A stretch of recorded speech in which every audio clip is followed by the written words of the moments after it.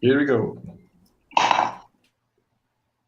The views and opinions expressed within the video content found on the Indie Comics Network are those of the speakers and do not necessarily reflect the views or positions of the Indie Comics Network or Ragin 2 Promotion.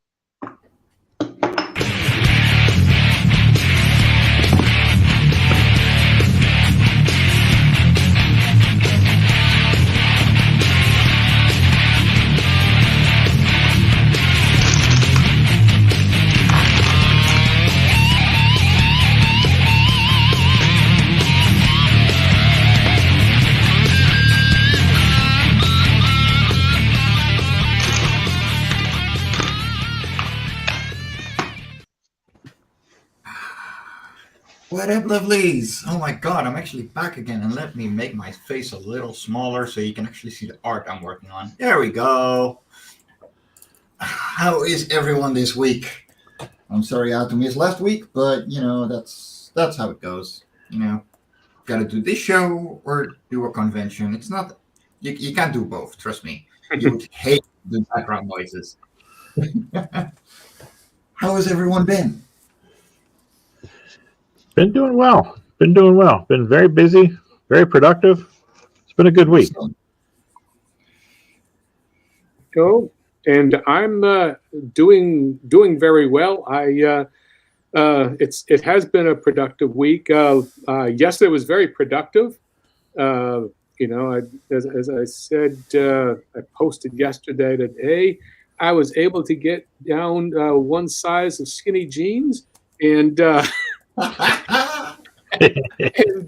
and then also I actually locked down the next script for book 4 for Bloodwing Angels. Nice. Hell yeah. You know, that's I started adding material, so it was very productive. Awesome. Yep. So. Cool. Good job on the skinny jeans. Yeah. Mm-hmm. Yeah. Why don't we get everybody to introduce themselves, Mike? All right. Well, let me start then. Hey everyone, I'm Mike Bruin of Fairies and Ints. Been a comic creator for 5 years now, and creator of Love and Korra, publisher of a lot of series at this point, and your host today for Sketchy Saturday. Off to you, Mike. Mike, whatever. All right, I'm C. Michael Lanning, independent artist, or as you like to say, graphic translator. I've done comics here and there with Arrow Comics, some Silverline Comics, and some I don't like to talk about. Also, I host Dispatches from Outside the Box, where we scour the corners of geekdom to inspire you to create Outside the Box every Tuesday at 8 p.m. right here on the Indie Comics Network, which is, in fact, something I'm working on now is our little...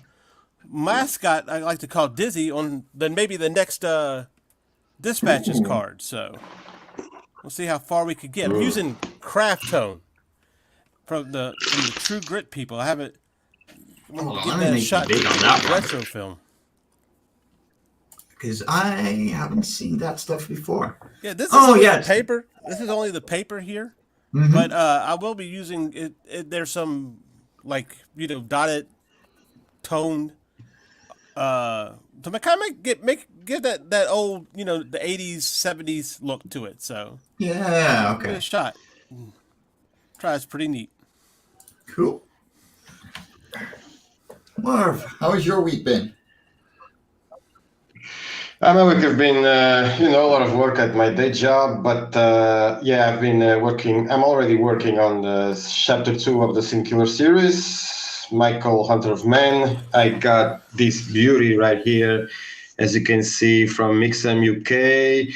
It's awesome. Just had a little mistake here in the cover because I didn't saw this line over here, but the rest is just perfection. And I'll get the print run on the 10th. October 10th, and I'll be ready to fulfillment, and I'm going to prepare my next campaign on Kickstarter, and might have some new stuff coming out for the campaign, so stay tuned, everyone. Awesome. Careful, Shelby. Don't fall.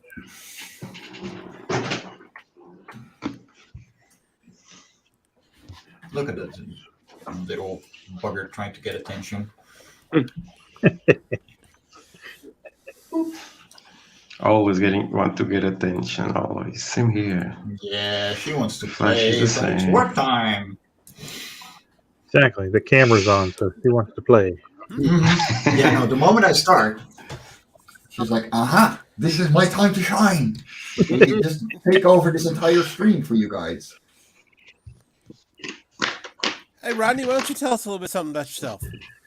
Okay. Hey, everybody. My name is Rodney Fyke. I am an artist, writer, colorist, jack of all trades. I've been in the independent comics game off and on for the last 30 years. You can find me on the interwebs, on Facebook, Twitter, and Instagram by searching Rodney Fyke Art. You can go to the Hasm YouTube channel. It's HAZZUM at the Hasm YouTube channel. But the easiest way to find me is to go to Linktree and search Rodney Fyke. Right. Awesome. Oh, yeah. Currently working on projects that we can't talk about yet. Yeah. And What? You can't come with that now, Rodney. You can't come here talking about projects you can't talk about. well, we could talk about certain projects. If you'd like. Well, John, let's see. John's got some projects he could talk about. John, introduce Great. yourself. Tell us, John. Well, I'm John Celestri. I've been a professional animator since the early to mid 70s. Worked on Dragon's Lair, Space Ace, animated the initial appearance of Boba Fett in Star Wars Holiday Special. Worked on He-Man and She-Ra, and I've done comic books, and I've got my project, Bloodwing Angel Chronicles. It's on Kickstarter now, and so it's this is the third book in the series, and I've got them all there available. Hell yeah. Yeah. Yeah, everything is there. You can catch up on 120 pages of story, which is, I think, is pretty cool. That is gigantic, let's be honest. Oh yeah. Yeah. Look, we have an indie creator here who can count up to 3 already. Wait, I think most of us can, but at this point. Yeah. Well, 3. Kind of strange. The first two books are really each 52-page books. So if you wanted to really be literal about it, that's 5 books in terms of, the what would be normal, I guess. So, but is there enough story? I'll talk about this. How much story is in a lot of the creator indie comics? How much is story? How much is just fan art? Sometimes way too little. I agree. Yeah, that's just me. No, I actually completely agree. And I'm doing the Hulk today. Ha! Oh, Well, yeah. this is the old school Kirby Hulk. Nice. Nice. Okay. Okay. That's the original. When he was doing, back in the 1962, 63, he was Frankenstein. Fair. That was the Frankenstein idea. Yes. Yeah. And he wasn't a giant. He wasn't like 10 feet tall. He was maybe about 7 foot or what have you. He was he was a big guy, but it was still the rage. It was it's just a completely different concept now than what he is. So I actually have something very funny to show you guys. And it's definitely going to bring me up as a comic creator. Oh, okay. So last weekend, a couple of friends of mine needed help because their son was being kicked out of their apartment, his apartment, and I'm a mover, so I can lift heavy stuff. They gave me a gift. Uh-oh. This is how you draw comic cartoon big. figures for beginners. There we go. There you go. That's cool. I have the best friends. Yes, this was a joke, but I love them for it. Nice. Very nice. Look, you never know. There might be some kind of tidbit or something in there that you never even thought about. No, for sure. I always like going to different books and different, especially revisiting books that I've had. Mm-hmm. Just sometimes something doesn't click until something else clicks. It's almost like a chain or a train or something, you know? No, I agree. Like, you sometimes just have to go back to the basics and be like, oh, right, yeah, that works. Yeah, you're so busy producing, getting stuff done that you kind of sometimes forget the basics. So Yes. That does happen, yeah. flipping through books like that, you're like, oh yeah, I forgot I know how to do that. I Yeah. haven't gone through it yet, but it's just going to be a fun read. Like, I know it's going to be focused on kids, and I don't think there's any fan art in there, or it's going to be Franco-Belgian comic fan art by the creator. But yeah, it's going to be a fun read. That's for sure. Oh, absolutely. A lot of times, you forget things. You really do forget. Yes. To how to pull things together, and you reach a point where you go, say, oh yeah, I know that. But you know what? Sometimes you just forget. Oh, yeah. Often, with art, you're only an inch off. So having just that little reminder going, oh, right, yeah, that's how we do things. It can make all the difference. Right. And let's be honest, guys, the older we get, the worse that gets. I don't know what you're talking about. No idea. No, wait, I don't have any right of talking right there, but Oh, it's starting. It's starting, Mike. early onset dementia, now in the comic creator. Look. But yeah, well, I've had it.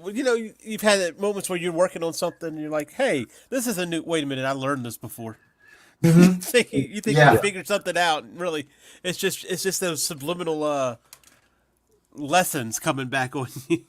Oh wait, I remember being taught this. Mm-hmm. Well, I remember, after not doing animation for quite a while, there are things that you had in your fingertips, and then suddenly you forget. Oh, how did I make that happen? Yes. And sometimes you get lazy if you are not constantly working at a high level. You do forget. You become practiced, in material. Yeah. And it's just kind of and it's not just the drawing; it's the mechanical principle of timing sometimes. Yeah. Yeah. Just basic following your own rules and own muscle memory. And then muscle memory. Yeah. And if you don't have to push yourself because the jobs aren't or the projects don't demand it, you are not as good. I mean, you don't hit home runs; you hit singles. Yes. There's a big difference. So, I mean, it's like I have to keep. I would remind myself that, something simple as when you're doing dialogue, and you're doing the lip sync. There is a certain order in which to get the best feeling and believability. Certain things happen ahead of the sound, and it's not just hitting it on the frame or one frame ahead. We're talking about the dialogue. Sometimes what you need to do is get your pose in position to say that 6 frames ahead of time, and then sometimes what you need to do is then the body leads, then the head goes, but basically then comes the eyes. So you have a thing where 6 frames ahead of the dialogue being spoken, you have 6 frames for the body, 4 frames for the head, and 2 frames for the eyes, and then you hit the mouth. Because as long as it looks, you're really telegraphing what you're telling the audience. And so those are some basic things that when you're doing high level animation, you don't really need to do that with Saturday morning, because no one wants that, cares about the subtlety of it. Yeah. It's interesting that you're saying that, though, because that is literally something I'm working on right now. Mm-hmm. Yeah, you were doing. I was going to say that you were doing it on Hung on Animation. Yeah, no, like there. Let me actually just open it, because there it is. So before the dialogue starts, you're seeing the guide here of the arm moving, setting up to hold the other character, and then start talking. And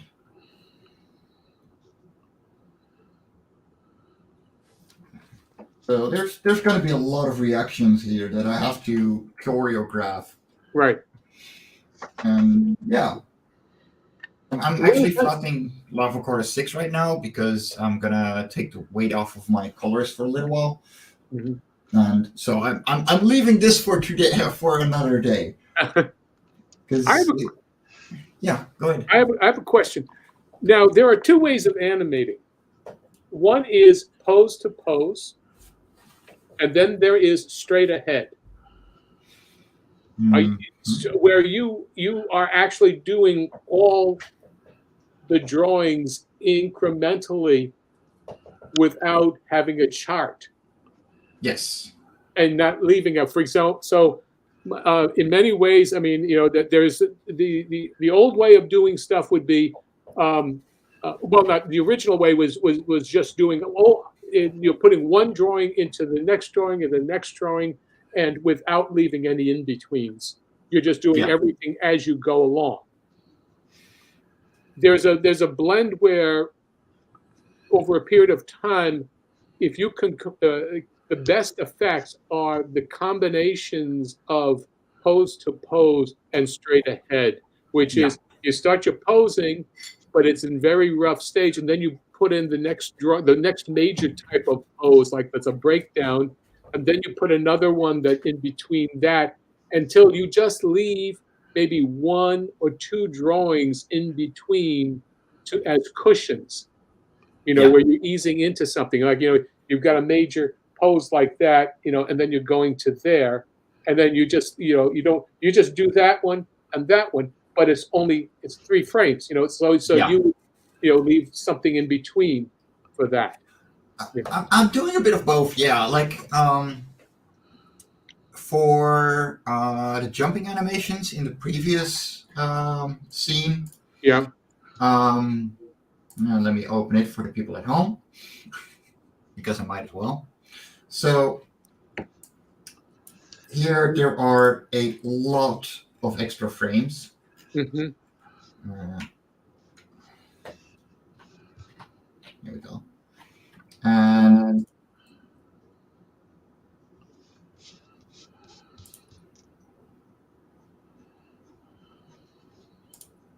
so there's a lot of body movement. Yeah. And if you look at the timeline, like, it is filled with ones. Yes. But that is talking. Yeah. Mm-hmm. And especially landings, you can just put in 2 frames. Mm-hmm. And like the focus, where there isn't a focus, I will usually go for 2s and 3s, no problem. But if the character is the focus, I will put in more 1s. And just follow general guides. So let me open those up. Yeah. Yeah. They're overlaid, but so you got the second character going like so, and then the first going way further. And those are all the paths of action, so that you know how you can choreograph something before you even draw it. Otherwise, it's crazy. It's a waste of energy. Exactly. Like, why would you? Once I'm here, for example, I don't want the character to accidentally end up here. Yeah, and that it's all layout. Yes. And that's that's the layout stage where you are putting the basic elements of, like, there's a guidepost here, there's a guidepost there, there's a guidepost there, and so you stage it so that you know where they're going to be, and and then you can plan your action accordingly. So let me open a scene I haven't worked on yet. I haven't properly figured out yet. So here there's just go ahead. Oh, I was saying we lost Marv. We will probably lose him like 10 more times. Sorry, man. No, he said he's going to stick out. He's going to stick it in the chat. Okay. So sorry to hear that, man. But for the most part, what you're going to get, like, before I start anything animation-wise, it's just going to be really rough movement.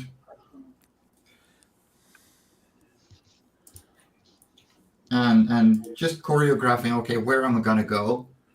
And other than that, like, it's putting in the timing and done. And from there, I make the red guides. Okay, how is the body gonna have to move? Where does this limb have to go there? And then I start making the in-betweens. Yeah. For if they're like very quick animations, it's probably gonna be in 3 frames or 1 in between, where like, okay, just a quick smear and it's fine. Yeah. Well, yeah, a smear that does happen in real. In 24 frame. That's one thing I think with video kind of has destroyed the smear, because you're capturing everything so much that you don't have that anymore. Like 60 frame videos that go at 60 frames per second. Yeah, you're not getting any the image is not going as fast, at least as a human. You're not going to have the rapid smearing. Exactly. And yes, the camera is a perfect example of that. There you go. There's your smear. Yeah. And that's and that occurs, and you wind up. In fact, there's a difference, I think, in how you feel. You get the feeling of entertainment. That with a smear, there is an abstraction versus just a lockdown image. Yes. If you're going to use 60 frames a second, and if you're on YouTube, there are people that actually think like they have replaced or put the 24 frame animation through 60 frames a second AI to smear it. It looks awful. Yeah. Like, that is literally the worst that I've ever seen anything being done, especially if you put it at like 25, like a quarter play speed. Oh my God, it's awful. Legitimately, like the smears and everything, like, it doesn't make any sense because the AI doesn't know what to do with it. Yeah. Yeah, and that's, you see, that's the thing. People, what is happening with computers? Your zeros and ones are creating the line art. Yes. What happens then is there's no interpretation. It's trying to rotate something in space. It's trying to morph it in the Yeah. way that they understand physics. It's not like you're making a decision as a personal artist to change the imagery. It's kind of like when doing the Batman commercials, there's a lot of lip sync I did with Batman in the close up, and his jaw is moving like crazy. I'm changing shapes, and the eyes, they're not rotating, but it works. Yeah. It's just kind of like, and there's a back and forth that people don't understand. Like, well, I'm not doing well. No. I'm not just flapping it. I'm rotating the jaw, but also doing it in such a way that it gives a feeling of a slur in the delivery of the dialogue. One of my Well- favorite animations doing that is the Bat Metal. Yes, I was totally going to bring that up. Yes, exactly. Like Because I'm telling you, they had to copy. They know John's work. They have to. The way it looks. I was going to say that Zeller's commercial, the way that you move and the way you bounce. Yes. Bat Metal does the same thing. They were inspired by you. There's no way you couldn't convince me yes, otherwise. no, legitimately. Look it up because it's one of those animations that just holds up so well. It's so well done. Like It's they over know the exactly top, what they're but- doing. Yes. But the way they move, you had that over exaggerated action and bounce. Yeah. They did the same thing. I was like, Yeah. Yes. Well, let's put it this way. I understand it because it's back. We did those commercials in 1988, and they've been those 4 commercials have been on YouTube now for closing on to 10 years. yeah, And so it's readily available for anybody to be inspired. And that is such a good thing. Like not enough there is so little understanding of those classic animations and the mindfulness that goes into that. right. Like, Now, I'll tell you this here. What I find interesting is that I didn't have any pencil tests on that animation. I just did it. oh Oh wow. Yeah. Damn. And I did it on 8.5 by 11 and faxed it over, through the board on telephone. I mean, we're talking about dial-up, and so those drawings were faxed. It took about a minute for each fax to go through. Oh, Wow.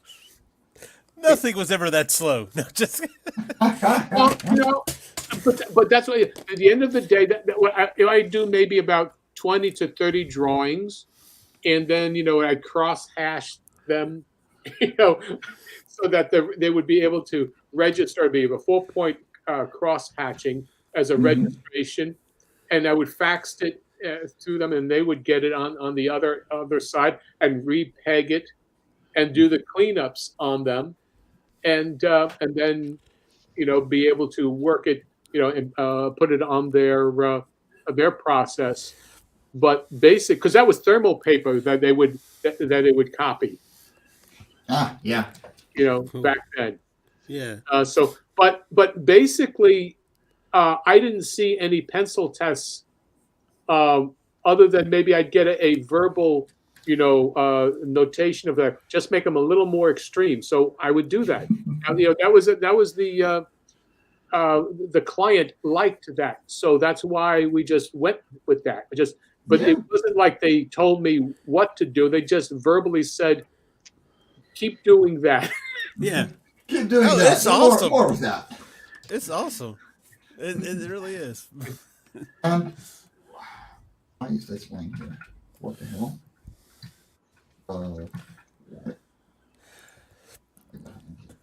Oh, But- sorry. But Marvin said, sorry, better not come back because I'll be interrupting the show. Got to get a better job to be able to invest some equipment.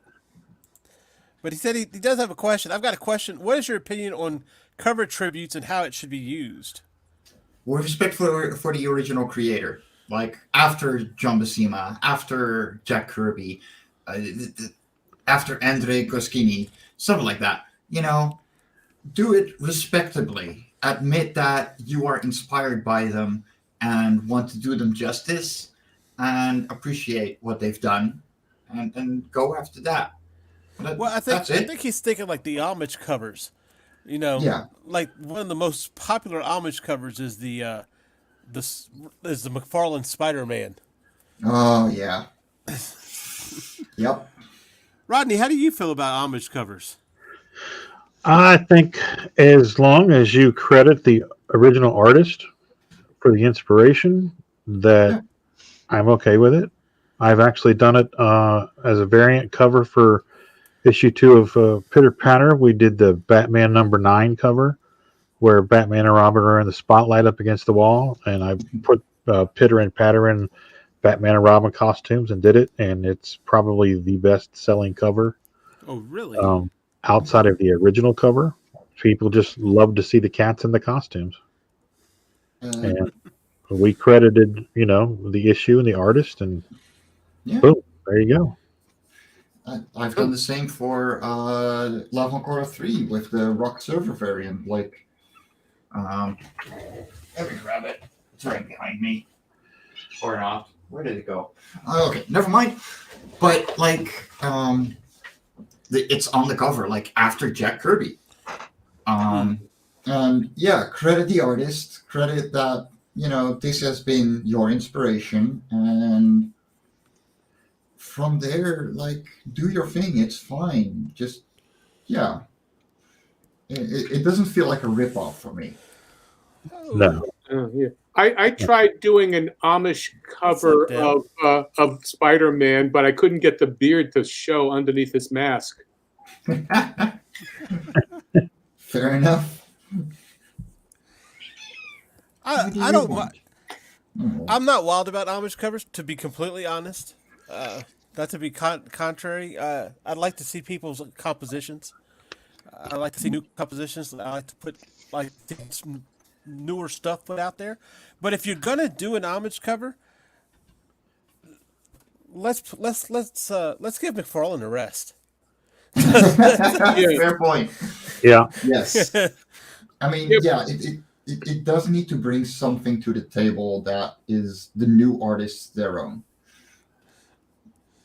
Yeah, which is why we always do them as variant covers. We do the original cover, right, and then we'll do that as a bonus. So you get both interpretations. There's really nothing wrong with it. No, it's more of a personal preference on my end. Right. But if you're going to do it, I'm really, really tired of seeing Spider-Man. Spider-Man, yeah. Oh yeah. Oh yeah. I mean, it should be a variant. Don't make it the main cover. That just feels lazy to me. I like this thing so much that I'm gonna copy it pretty much very closely, but have my own creations in there. No, it doesn't work like that. Like, make your own thing and expand from there.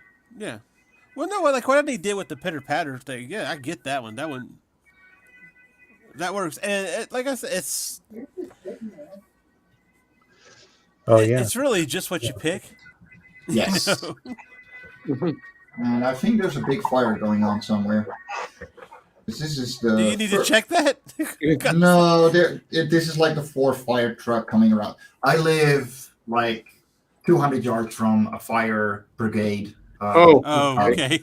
So I'm used to them going around almost daily. Yeah. There we go. Oh yeah, Yeah. Ah, yes. Hold on, That is I'm gonna enlarge it. adorable. Oh, cool. Yeah, that looks really good. Yeah. Oh, So, that's yeah. We started that, and I think that's probably something we're going to continue to do because it just got such great feedback. And so, yeah, Is that the print cool. or no? It's the cover. Okay. no, it's not. It's the actual book. Okay. Yeah. No, I saw you pull it up. I thought it might have been in print too. So, Oh no. but okay. Yeah, it's fun, and I agree. See about the doing your own thing because you got so many images and ideas and stuff in your head, and you want to get that out so other people know what's in your head as far as the characters go. So yeah, I definitely jump in and do the main cover, get your idea and your thought out there, and then always do a bonus because everybody likes the bonus the variant covers and stuff. So. Oh, yes. And it definitely serves a purpose, and it helps you pay tribute to your favorites. MarV says, "Awesome, tacular Rod." And he's thinking about a Punisher variant tribute cover or a print. One thing that's always stood out was the War Journal. What War Journal was it? Warzone. Punisher. It was both. They had both. Yeah, but I'm thinking, which one was it? He's got both, like I don't know what kind of guns they are because I'm not a gun aficionado, but like AK-47s or Uzis or whatever, and he's just shooting and the bullets are everywhere. Oh yeah, it's a monochrome red. That's a Michael Golden cover. I think so. Mm-hmm. Yeah. One of my other favorites. Well, see, kind of picking out those things because there are a lot of covers out there, and nobody made these covers thinking that they were going to be. Well, maybe Todd McFarlane did. I don't know. Todd, he might have, but nobody picked them knowing they're going to be. And that's not a dig. I meant that in all the respect. I like Todd, but maybe he might have known. Well, this is going to be an iconic cover, so I'm going to do it like this, and yeah, well, Possibly. Well, it wasn't issue 300, so he just was in his mind. He was just probably like, okay, I need to do a badass pose, right? and he did that badass pose, and it was so badass it became iconic. It became iconic. Yeah. Mhm. Yeah. That he even did it for Spawn too. Yeah. He did it. He did. There's two of them that he has that are Spider-Man ones. There's the one where he took over Spider-Man when the costume came back. Yeah. With all the webbing and everything. I've seen that one a couple of times too. But I've seen it a couple of times, but not as much as I've seen the foot out and the swinging through the. Yeah, that one is just like everybody knows that one. Yeah. And I think the reason for that is everybody wants to try it because it's such an odd pose. They want to see if they can do it. Yeah. Oh, for sure. I get that.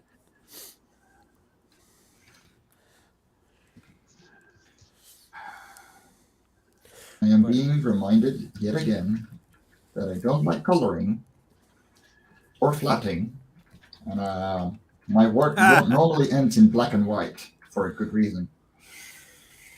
Oh, look, I'm going to show you here. I was messing around with that crap with this cover yesterday. Ooh, oh, that is nice. I know. Now I already gave Chad the cover for this. It's colored. But I just gotten this program yesterday. I was messing around with it. And the way that they have it is you're mixing the colors. You have magenta, cyan, whatever. Cyan. See, okay, I don't feel bad now. Yellow and black, right? And basically you have them all on different layers, and you have at 20%, 30%, whatever the case is, and you're mixing the colors like that. Purple's not a natural purple. I think it's cyan and magenta together. Yes, that will make purple. If you have 60-40 to 60% cyan, 40% magenta, something like that. Well, yeah, see, because they give you a chart. Yeah, if you can see right there, they give you a chart on what how to mix the colors. Yep. And it was just, I was like, wow, that is awesome. Because one thing, I might not use this all the time, but I love the way it looks. I really do. Yes. Oh yeah. But I might not use this all the time, but this might actually teach me colors and color theory a little bit to really get an idea. It will teach you how printing works. Yes. That it will. Yeah.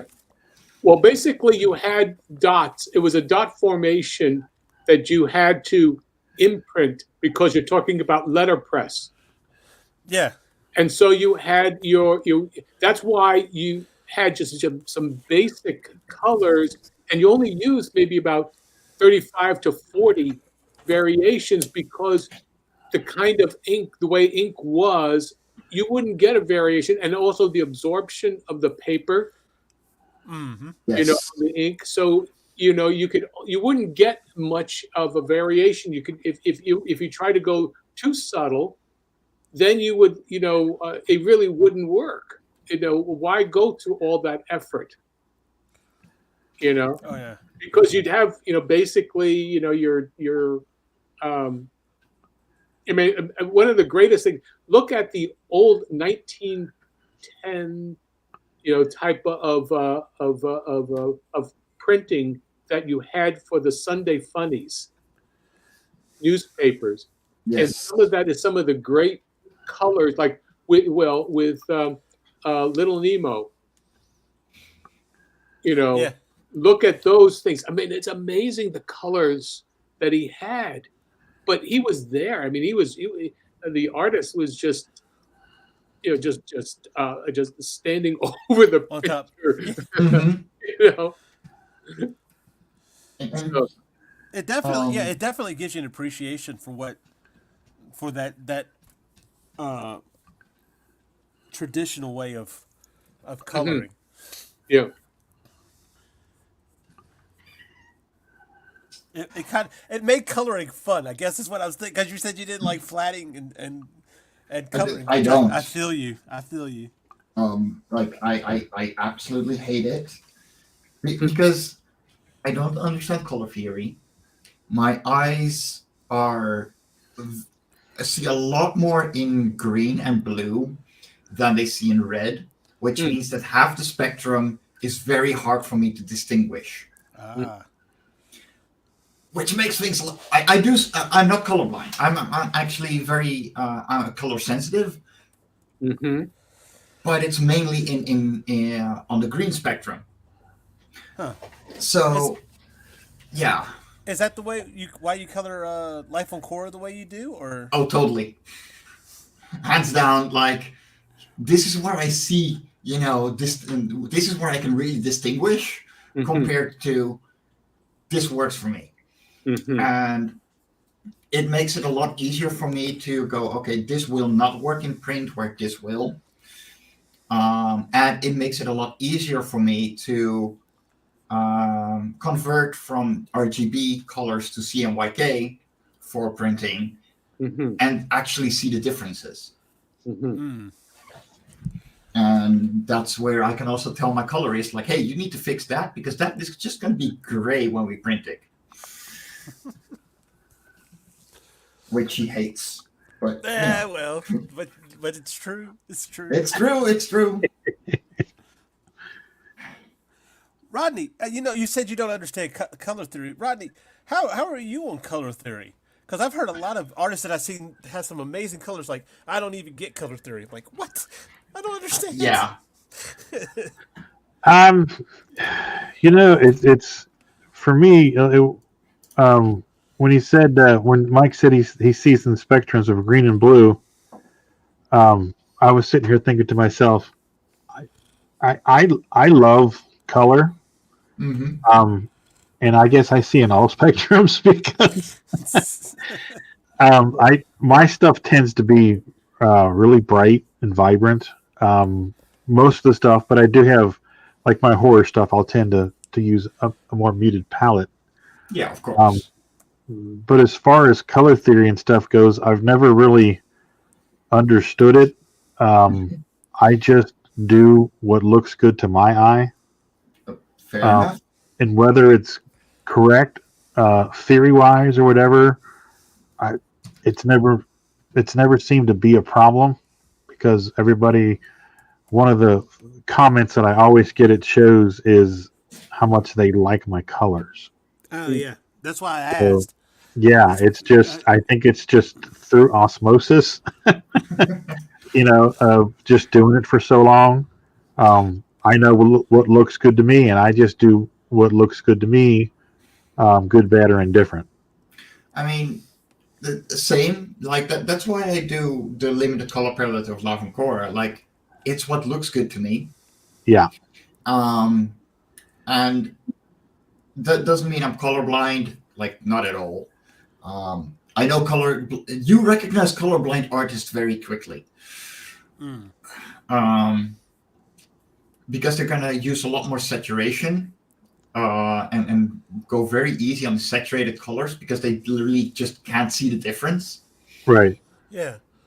And yeah, like, do what looks good to you. Color theory is literally the theory behind colors. So, what colors are complementary? What color wheels will work together? Stuff like that. Oh, yeah, and I get that. I understand my complementary and tertiary and all that, and I use that. But yeah, as far as all the really intricate ins and outs of it all, I just whatever looks good to me, And speaking of colorblind artists, one of the most successful and popular artists, I don't know if you guys know this, but John Byrne is colorblind. Huh. I did not know that. Yes. That kind of explains a lot of the black and white, doesn't it? Yeah. And he goes so far as to write on his color pencils and or markers the colors. Oh, wow. So yeah, when he's coloring everything in his mind, he sees it as grays. But he works it out with labeling the markers or the color pencils. So he's actually true colorblind. Yes. Oh, okay.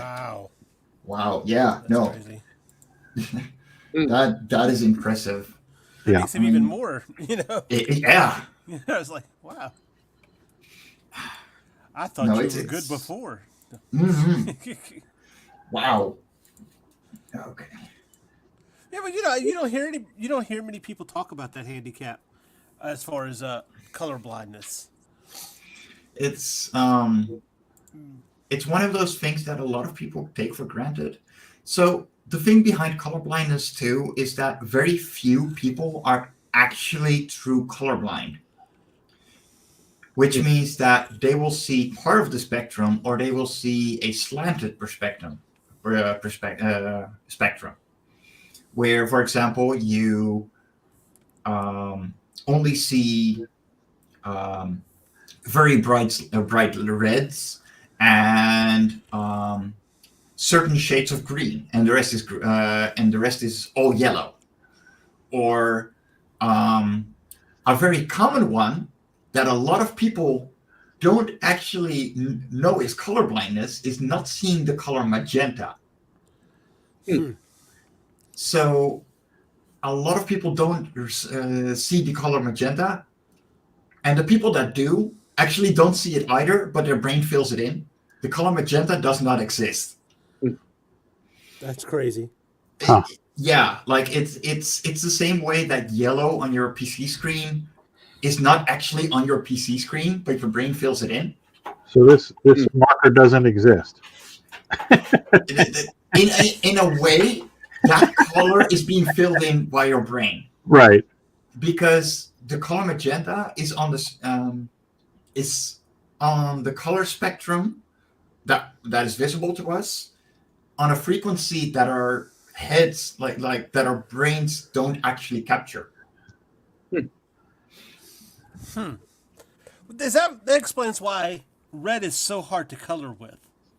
Yes, because it's well, magenta, like using the base color magenta from CMYK is very interesting because yes, it's going to be gray until you mix it for some people. So say you have your pure magenta ink, you slabber on a little bit of cyan, and it's going to make a purple or a blue. Actually, it's going to make a pure blue. it's going to be great, gray and cyan until you slap the cyan over the magenta, and then it's going to be blue. Right. Yeah. That exactly like just like that. Yeah. Yeah. Okay. It's super interesting, honestly. One of those tidbits where I go, why do I know this? Well, because I do. Okay. I have finished. Well, yeah. once you understand how to manipulate that, then you can definitely use it to your advantage. Oh, yeah. I don't know how because I don't understand how to manipulate that, but I'm pretty sure that if you know how to, you can do it. Makes two of us. Hey, good morning. It's the same way, for example, with the optic illusions, where you have like two very vibrant colors that will act like they're moving because your eyes are compensating for both colors. And yeah, you're kind of just playing with the mind on how does that work. And if you manage to do that, well, hats off to you, because I can't. All right. I've actually gone to doing a lot of undertoning when I use red. For a long time I would just use the red, flat it, and then do work on top of it for shading. But I find myself now doing undertones. I'll use lavenders, varying shades of purplish grape or lavender, or shades of brown underneath my red. And then in areas where I want it really vibrant, I go over the top of the red with like a sunburst yellow for certain areas, and it really makes that part of it pop. So I've kind of been, there's an artist that I watch on Instagram, watch him do his marker rendering, and I've been kind of picking that up from him. And been slowly working it into my stuff, and it's definitely an improvement, I think. Well, I don't know much about color at all. But what I have, I mean, my idea of color is very primary, and a lot of it is, from, I don't know, I'd be studying old pulp novels covers, and how colors would be attractive to different, whether it be male and female. Yeah. And I would work with those ideas in terms of how to do the covers that way. I mean, if you look at some old Shadows and the old Doc Savages, you look at all the newsstand pulps of the 1930s and early 40s, they would have to stand out in, among all the array of covers and materials that were on the newsstand. So one of the easiest ways is to have yellow and black and red. That immediately attracts the male eye. Yes. Huh. And purples and pinks and lighter tones attract the female eye. So there is a way. There are certain things that are attractive, but it's more hormonal than anything else. Yeah, it's the masculine and the feminine. Yeah. And which is kind of how that's funny that you say that, John, because I was sitting here thinking that exact same thought, because I have in my mind, to me, red's a masculine color, yellow and black are masculine colors. Yeah. Shades of purple, lavender is a female. Yeah. Greens are female. It's just like colors or numbers to me have colors in my mind. Okay. In my mind, 3 has always been green, and 5 has always been orange. Okay. I don't know why. It's blue to me. But Yeah. George, okay, sure. No, it's I don't know why, but it's just that's how my mind operates. no, I see it. Fair I enough. totally get that. Yeah. I totally get that. Well, that's why, sir. I mean, you lay out pencils and colors for very young kids, and just watch who Yes. grabs to go to what. And we're not talking about physically what which child looks like. It's what does their personality reveal about them? Mm. Yeah. And you could see who or what they're attracted to, and and there's always a reason for it. It's not haphazard. It's definitely a reason that they are attracted to those particular colors. So there's that. I mean, and that's why if you're just learning how to do these things, color, just go with your maybe 48 different versions, of various colors. But it's almost like, as you say, the idea of 100% and 50% and 25%, mix. And that's what I did, to get my palette together. And, using those primary colors and then the variations of them. Yeah. Look, Vicinia is in the chat telling us that oh, come on, I cannot pronounce words. Synesthesia. Synthesia. Synesthesia. Okay, that. That thing, yes. But What he said. which I looked it up, which is the production of a sense impression relating to one sense or part of the body by stimulation of another sense or part of the body. So that's kind of. See, we're learning. Look at the Not learning how to say words, but we're learning. That's fine. That details. I have to be right back. Yep. But thank you, Rodney, for making me feel normal. Hey, I'm here to serve. It's like, so what? Go ahead. No, go ahead. Well, no, because I always for some reason, I always looked at colors. Like, to me, red was always, I don't know, red was kind of a bad color or a mean color to me. So, Yeah, it's an aggressive color. Yes. That's it. Seeing red, it's blood. It's they're angry. Yeah. You attach colors to emotions. Yes, it's very attractive. Well, it's blood. It's we're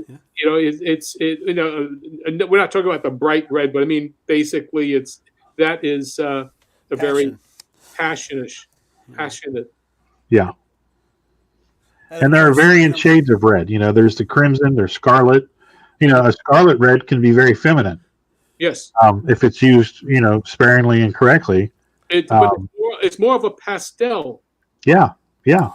So pastel colors are very feminine. Okay. I think this character is wrong color. Let me look at the script. One of the things I'm doing, and as I started working on the Angel series, is I'm more affected in terms of the palette by looking at the colored images of the universe. And when you look at the Webb telescope, and you see the colors out there, and so I have that reflective. I go and look at what's there, and when I'm doing my covers, or just inside, so affected by what the sky is like, what the universe is like. Oh yeah. Just dropping colors in that way, just taking your, you just take your sampler, your eye drop, and just pull together colors. Yes, that's awesome. Yeah, and I've done that with when I was creating some new characters about 15 years ago. I would literally just I worked at the Avon factory for a couple of years, off and on as a temp. So I had all of these colors, all of these varying hues of red and pink flying by me every day, and I would go to the junk table where stuff was you could take it home or it was going to be discarded, and I would take home nail polishes that were colors that I intended to use on costume designs. So I had them. Wow. This was before cell phones. So and I would take them home and I would sit them on my headboard of my bed in combinations of, okay, well, this is this character here, and it was a deep purple, but it had red in it, and then I paired it with like an ochre yellow, and I was just doing all these color combinations, and I was like, at that point I wasn't doing art per se, but I was still creating the characters. I was stuck in a dead end day job for a while, but I was still creating and using color to do that. And I just, I would walk out, and you're working with people that don't have similar interests, and they have no idea what you're doing, and I would just walk out and be laughing to myself. I've managed to take this dead end job and make it entertaining for me. Yeah. Make it useful because I'm doing color combinations for new characters that eventually I'll put into play. Aren't you curious about what they thought you were doing? And Rodney, I would tell them, drag at night, so he takes. Yeah, I would tell them because they all eventually realized that I was an artist. And once I told them what I was doing, they were all like, "Oh, okay." So they stopped razzing me so much. It's like, you don't understand. Leave me alone. You wouldn't understand. It's not a face mom. I'm not a freak, I swear.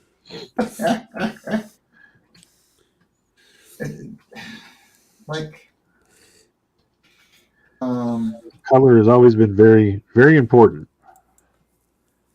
Well, like MarV says, he sucks at colors. That's why the SK is in the grayscale.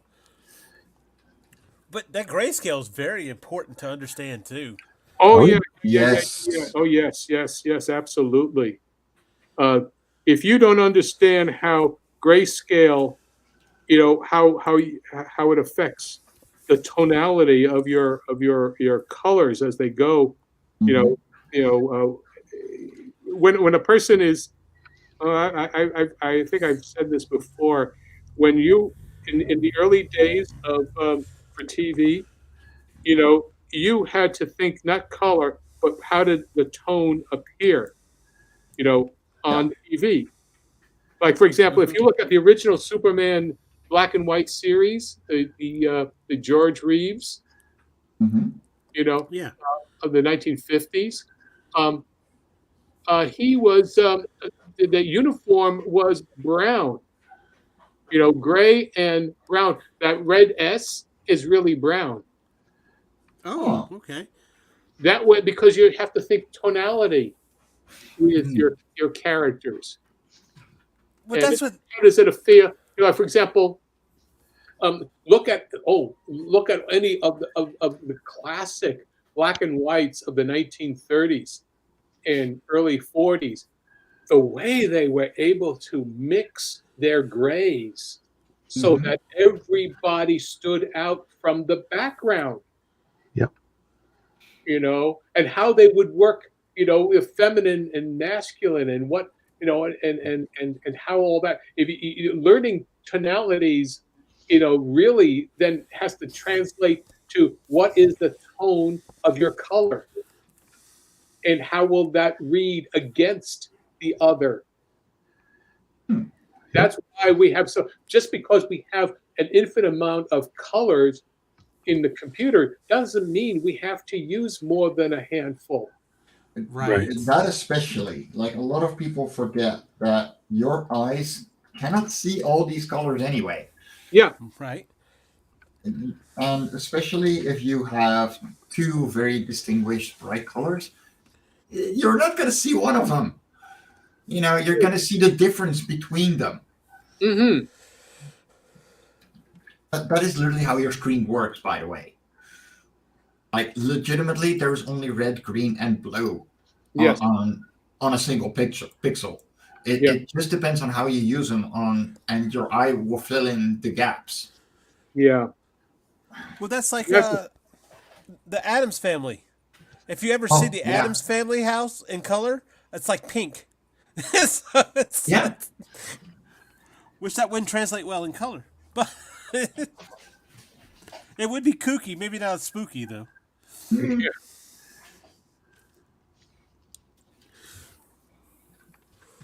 But yeah, it's just insane how how color works. It's just and how you perceive it. But I know, like, I'm not a doctor, but I know that there's something, or an optometrist or anything like that. But from what I understand, you have cones and you have rods in your eyes. Yes. And for a female, there's either more cones or something around. There's a difference between the cones and the rods between a male and a female eye, which is why, I think we're attracted more to different colors. Oh, yeah. I mean, I don't know which one specifically looks at color and which one specifically looks at gray, because that's the difference between them.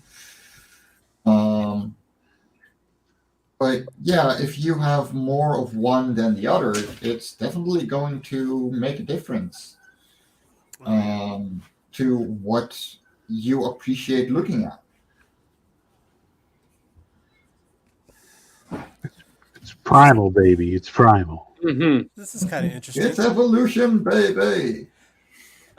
Going back to the using all those colors or not using all those colors, Vasily says it's like different fonts in graphic design. We were taught to use only up to 2 fonts on a logo, and 3 is pushing it. So all you comic creators out there, keep that in mind when you're trying to make a logo. No, that is why you only use one font on mine. Well, if you used to have, if you look at circus posters of the turn of the century, like the 1890s and what have you, they had all kinds of fonts that they would use, but they would be using them for particular reasons. Yeah. So if it's okay to to use them, but use them in a way that makes sense and attracts you to it. Right. It's almost like I'll use several different types of fonts, and I use it for Bloodwing, depending upon what is the character. So with the characters, for example, with Michael, I use a dragon. It's called Dragon Bones. I'll use that, and Michael is the only one who has that because Michael is the only angel. I'll use a more aggressive ashcan thing for another character because it's a harsher sound. So there's an accent that I could that feels right to me, and so on and so forth. So I've done like maybe 4 or 5 basic fonts that I use for particular types. I mean, I'm doing the same with Love and Korra, depending on the character and species. Especially in Love and Korra 1 and 2, where you have the creatures living up in the trees and they have a higher pitch because they're smaller, even though they're distant cousins. So they will use digital strip. And the ones on the ground will use VTC Goblin Hand, which is blocky. It feels almost like a dramatic script. And because they're going to be bulkier, they're going to have a lower voice, stuff like that. It definitely conveys a lot. But there can be such a thing as too much. Yeah. It really depends on what you're doing, and with fonts and such, you can't you can overdo it because there's so many of them, and there's so many that look the same. Mm-hmm. Yeah. Oh yeah. Our illustrious producer tells us that women have an extra cone. Okay. Technical Okay. mats have an extra on top of that. So, so Huh. if you thought women were confusing before, guys, it's even more complicated. Not confusing. Careful, we're all men in the stream Yeah, right oh, now. We no. could get cancelled for this. That extra cone, that's what the problem is. There you go. Oh, Just so boy. everybody Oh, knows, boy. for the first time on Sketchy Saturday. Oh boy, you heard it here first, folks. No, but no, seriously though. But yeah, that's really interesting. So if you know what our target audience you're using or going towards. Mm-hmm. Nope, the boss is a bit, so you're safe. Fair enough. Oh my goodness. Oh boy, there's gonna be so many triggers on the rewatches. That'll be Well, okay. leave a That's comment. right, and leave a subscribe comment. At least. If can you are just watching bitch this about on it the next replay, week. leave a comment.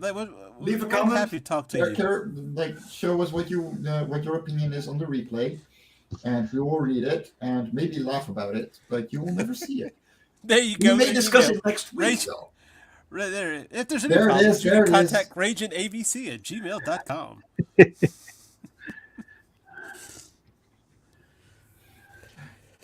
Just that Oh one, wow! we All keep right, it Glenn. going. I'm not even reading that one.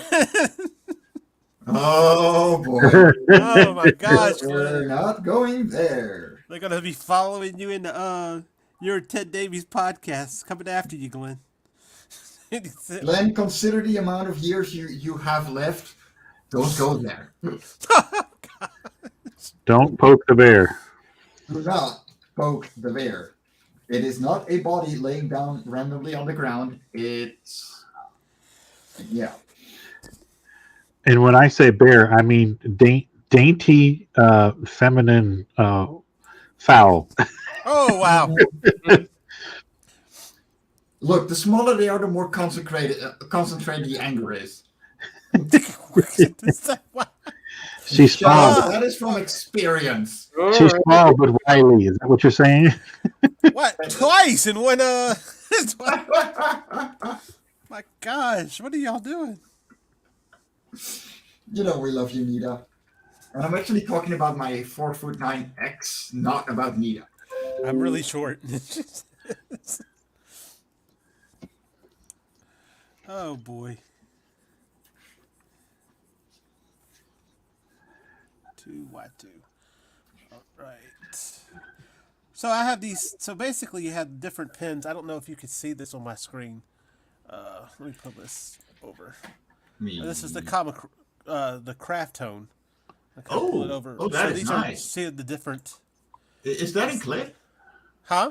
Is that in Clip Studio? Yes, it is. Oh wow! Yes, it is. They it wasn't at first, but I think they got enough requests for it. But yes, it works. But you see, you also have your dots and you have your lines.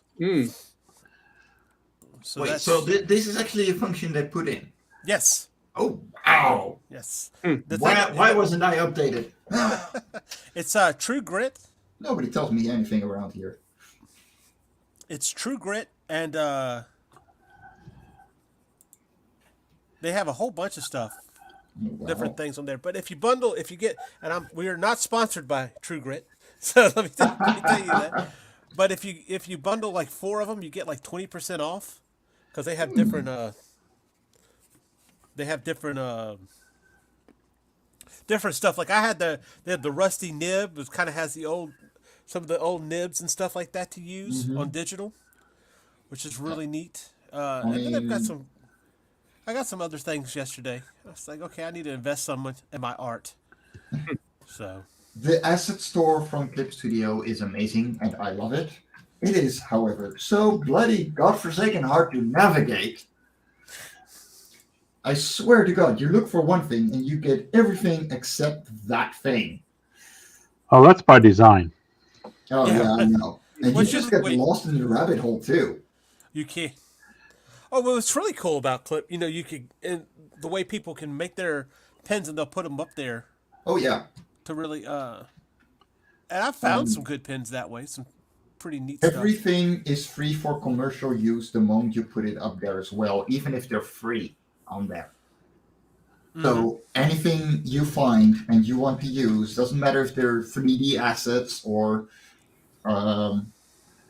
like new pens or whatever, it is all completely free for commercial use the moment you download it, which is the best bloody thing in the world. Yeah. I swear, comic creators, get over to Clip Studio and you will love it. And don't be afraid of the subscription thing. That is actually not for anyone. Right now, it's only for those who really need those new extra functions. And then you just get a subscription for the time needed. Clip Studio 2, right? Yes. Yeah. It depends on what they're bringing in, honestly. Because if they're going to use, if the functionality they're going to add is worth my time, I am willing to get that subscription. Right. Yeah. If they don't, well, then I got Clip Studio 1 and I'm fine. Like, it works for me. And it's going to keep working because it will be supported. It's really not as scary as it sounds. Excuse me. Cheers. It's kind of a wait and see thing. Like I said, I don't have EX. I just have Pro. Okay. Oh, it's great. Like, it's, yeah. And I might end up having to get EX, the way work is moving. So. Yeah. But. For me, personally, it was worth it. If you decide, wait until usually they'll have a sale around the end of the year, Christmas time, or what have you. Oh, yeah, every 3 months. Yeah, Oh, neat. I got my Clip Studio. It was like $100. Yeah, exactly. 2 years ago, and that was the EX. Like the top level. And if you have Pro already, you get that money taken off as well because you're just upgrading. Oh yeah, no, it's true. Yeah. And it's worth it. I know. I'm sure. It depends on what you need, because the Pro version and the EX version are not that different. It's speed and functionality that is what you're buying, going from one to the other. And if you don't need them, like for example the comic side panel that I have here, that's one of those things where it really improved and sped up my process because you can batch export and just have a PDF done immediately. Right. But for the most part, no, the Pro version is just as good. Yeah, that's why I said the more and more I get into this, I'm sure I'll end up having to invest. And like I said, it might, and we'll see what happens with Clip Studio 2 or 3, whichever. So the Clip Studio 2 is going to be the subscription model. And once they're done with 2, you're going to automatically be pushed into 3 if you didn't have the subscription. So, yeah, it really depends on what you want yourself. It's not going to be that big a difference. But it may just be a couple of years for you to be stuck on 1 point whatever, or 2.1 or whatever. But it's not going to not work. It's just going to be stuck there for a while if you don't want the subscription. That's it. Right. Let me fix sure. Now see, I'm trying to get a certain skin tone here. So I've just put on my magenta and I'm about to put on, oh no, I gotta make sure it's lines and not dots. Now I'm about to put on the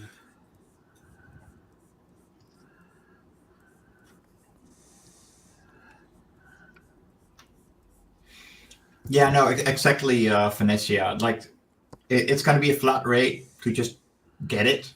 But if you already have your license, it's going to update up until 2.1. And then the subscription is going to cover the updates after that. So you're essentially subscribed to new work abilities, like your workflow extras. It's not going to impact the program in any other way. And honestly, 2.1, we'll see if it's worth it. Well, I've for some programs, it depends on what you are going to do with it. Yes. I have, my Toon Boom at 4.5, and that's from 2007, 08, 09. Yeah. And that's it. I don't need any more than that.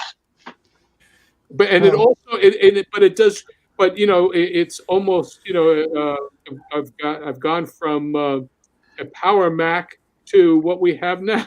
It works on it. Yeah. So I mean, there's no. It really depends on what kind of platform you're running your computer on, whether or not there's a problem. Yeah. It's at some point the program is going to be obsolete and no longer supported. Right. But if it works for you the way it works right now, then there is no loss. Yeah. Okay. Oh, yeah. I am done with 4 pages of characters. Woo! I promised my colorist that I would just flat color the characters and everything else is just going to be her because she likes to do it like that. And because this issue is going to have such specific character designs or at least character colorings that I need to push her, which I don't like. I like her freedom, but the writer has been meticulous. Damn writers. Yeah, once in a while, Let's take a look at John over here. Wow. This is yeah. Oh, very cool. This is the old school, from the first 6 issues of the Incredible Hulk. That's when it was just, like the terror of the Toadmen, and this is your 1963 Hulk. That's awesome. Now, from what I understand, okay, now the Hulk was supposed to be gray, right? The first time, yes. Yeah. In the first issue. And there was a reason that they went with green. Was it color? It was too difficult to get gray. Yeah, what you got to keep in mind with classic printing is that it was offset. It was all offset, which means that they would make etchings of your art depending on the color that needed to go there, and they would just smack it down on the paper, and that would create your the level that you would have, the level of ink. That's why you only had you literally had four colors, 4 times 4. Making gray on that regard was impossible unless you actually had a straight gray ink, and you would only have one level of gray. So that just means it would come out black if you didn't have the gray ink. So they went with green, probably okay, fine, we'll make him green, make him look. That's basically what it was. I mean, that's all. They said, okay, we're doing this this monster, because it's one of those monster books, basically. It was Right. Yeah.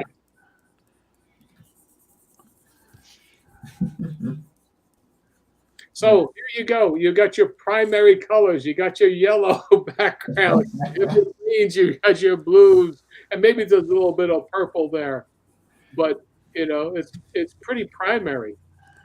There you go. That could just be a pulp cover on its own, right there. Yeah. Yeah. Oh yeah.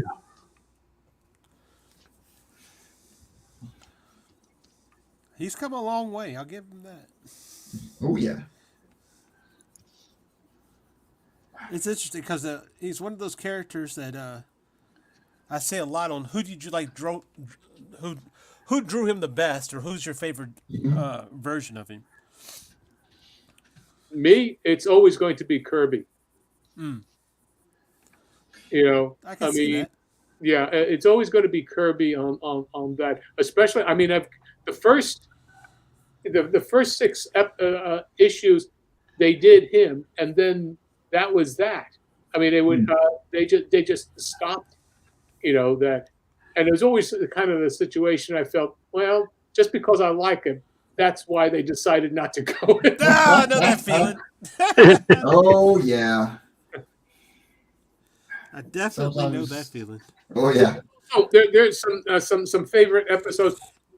Early on, after his first 6 episodes, he went visiting other series like the Fantastic Four and where he would be there. They'd be fighting, looking for the Hulk, and it would be the Hulk and the Thing would be fighting. Right. And they were about the same size. Yeah. And so I prefer really the more human style characters.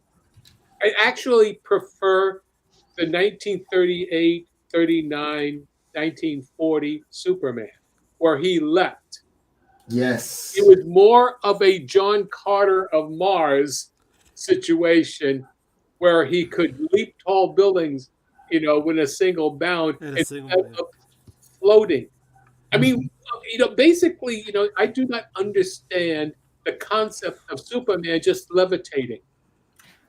At what point was he levitating, because he could? I don't understand that.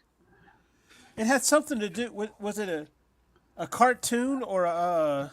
No, actually, the Superman, the Fleischer cartoons, they made him look like he was flying, but he leapt. Mm-hmm.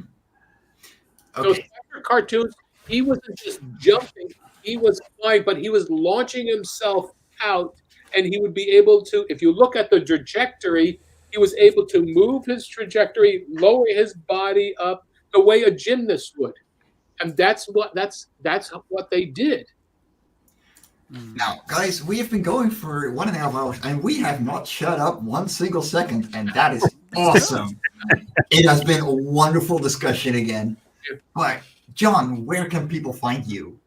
You could find me on Kickstarter with Blood Green Angel Chronicles, and I've still got about 20 some odd days left in the Kickstarter. But I would love to be able to crack 1,000 and maybe 1,500. That would be great. Come on, guys, you can do this. Share that link out. Yeah. Share it on Twitter. Share it on Facebook. John has such a good series going on. I am proud to be able to publish it in the European format. And I'm looking forward to this one because I've had a few sneak peeks. And guys, this is good stuff. And if you like classic cartooning, this is definitely for you. John is definitely the original gangster of classic cartooning. And it reflects everything in Bloodwing Angel Chronicles. So be sure to check it out. Yeah. Also, look up that Zeller's commercial, that Batman Zeller's commercial. That's right. Take a look at that. There are 4 of them. There's one for Joker, one for Penguin, for Riddler, and and Catwoman. Catwoman, my favorite one. All right. For reasons. Yes, that's right. Yeah, I remember the Joker one. I'm going to check it out. I love the line of just paws off the customer. Catwoman, you know. All right. Rodney, where can people find you? All right. They can find me on Facebook, Twitter, and Instagram. Search Rodney Fyke Art. You can find me on the Hazm YouTube channel. That's HAZZUM. Or you can go to hazm.com, where you can check out all of our books, such as Peanut Pudding and Jelly, Pitter Patter, Unchained, and Roadkill Rampage. And the easiest way to find all of me is to go to Linktree under Rodney Fyke. And I do a weekly, right now it's bi-weekly stream. Well, it's not bi-weekly. It's 1 week it's Thursday, the next week it's Friday with Sean Forney, a Thursday night throwdown and Friday night draw at 8 o'clock Eastern. 1 week we do it on Thursday night. The next week we do it on Friday night. So come check us out. We just draw and talk all things nerdy from 8 to 9:30 Eastern. For those evening guys that don't want to wake up this early on a Saturday, go do that. There you go. There you go. See, how about you? As always, you find me right here. Oh, well, first you can always check out my Linktree / C Michael Lanning for all my Facebook, Twitter, profile, portfolio, and all that other stuff. Or you can check out Dispatches from Outside the Box, again, right here on the Indie Comic Network. Tuesday nights at 8 p.m. Eastern. This week we're talking the effects of vampires. So we'll be starting our spooky month. Going through Nice. that. So. Nice. Well, it is October 1st, so it is time for the spooks. Yeah. Well, everyone, I have been your host, Mike Jimmy de Bruin, creator of Fairies and Ends. Check out everything about me on my Linktree / Fairies and Ends, and be sure to sign up for the Love and Korra Volume 1 Kickstarter coming in January. We're almost at 10 followers, and I would really like to hit that number because that Kickstarter is going to push us up in the algorithm, and that means a lot. So be sure to check everything out, and we will see you next week for another Sketchy Saturday. Stay awesome, lovelies. Catch you next time. Bye-bye. Bye.